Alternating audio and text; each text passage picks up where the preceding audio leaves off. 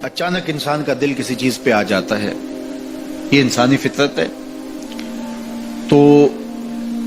اس پہ پکڑ نہیں ہے۔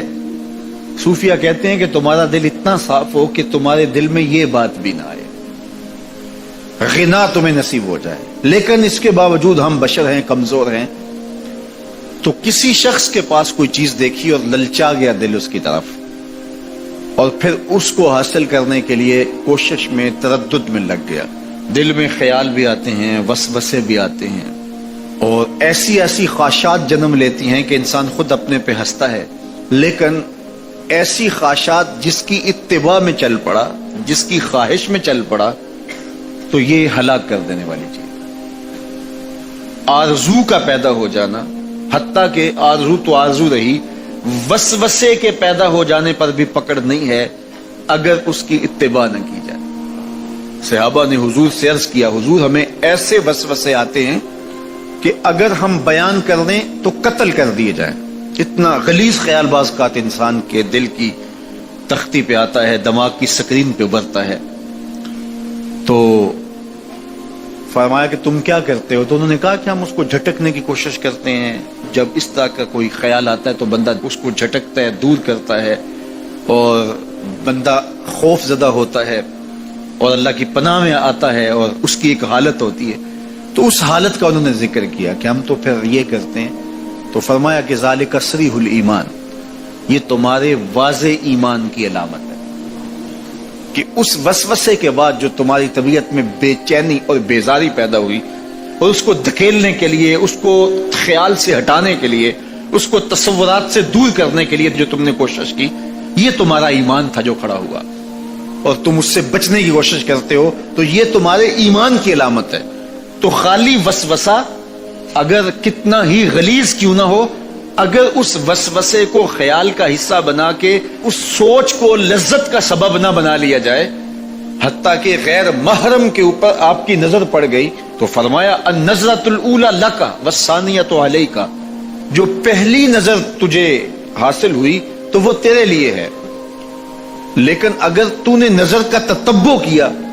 اور پھر تیری نظر نے دوبارہ پیچھا کیا تو وہ تیرے اوپر وبال بن جائے گی۔ تو خواہش کا، وسوسے کا، اور کسی ایسی چیز کا دل اور دماغ کی سکرین پہ ابھرنا اور خیال پیدا ہو جانا، یہ کوئی بات نہیں ہے۔ انسانی زندگی کے اندر کتنے ہزار خیالات جو ہے وہ انسان کے دماغ میں جو ہے وہ پیدا ہوتے ہیں، اور پیدا ہو کر کے مٹتے ہیں، پھر نئے پیدا ہوتے ہیں۔ کبھی بھی انسان کا دماغ خالی نہیں رہتا،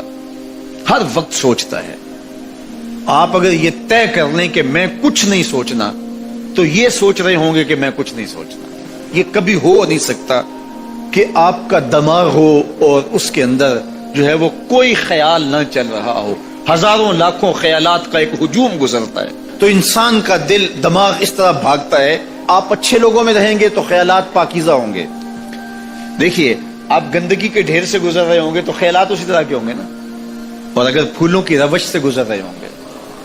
صحن چمن سے گزر رہیں گے تو خیال اس طرح کے ہوں گے نا۔ آپ جو ہے وہ کسی بازار سے گزر رہے ہوں گے تو خیال اس طرح کے ہوں گے، اور مدینے کی گلی سے گزر رہے ہوں گے تو پھر خیال اسی طرح کے ہوں گے نا۔ اس وقت آپ کے خیالوں کی دنیا کسی اور جہاں میں آباد ہے، اس لیے کہ آپ رسول اللہ کا فرمان سن رہے ہیں۔ لیکن اگر آپ کے سامنے کو گویہ غزل گا رہا ہو تو پھر خیال کی وادیوں میں بھٹک کے کہیں آپ اور کھڑے ہوں گے۔ اب بات حضور کے فرامین کی ہو رہی ہے تو تصور پھر گنبد خضرا کے مکی کا ہی ہوگا نا، تصور تو پھر شہر حبیب کا ہی ہوگا۔ لیکن اگر آپ باتیں دوسری جانب کی کر رہے ہوں تو تصور پھر ادھر جاتا ہے، اور اسی لیے ہمارے علماء نے کہا کہ گانے کی طرز پہ نعت نہیں پڑھنی چاہیے، اس لیے کہ گانے کی جو معروف طرز ہوگی، جب اس طرز پہ نعت پڑھی جائے گی تو سن آپ نعت رہے ہوں گے، طرز سے آپ کے دماغ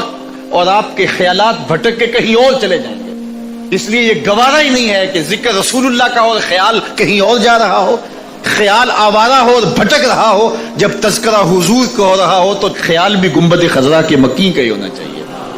تو یہ بات ذہن میں رکھیے گا کہ یہ انسانی زندگی کے اندر انسان کا خیال بھی بھٹکتا ہے، سوچیں بھی بھٹکتی ہیں،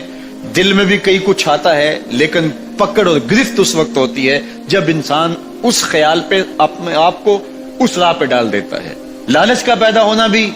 شریعت میں ماخوذ نہیں ہے. وہ تمہارے لیے جو ہے وہ وبال تب بنے گی جب تم اس کی اتباع کرنے لگ جاؤ گے, اس خواہش کے پیچھے لگ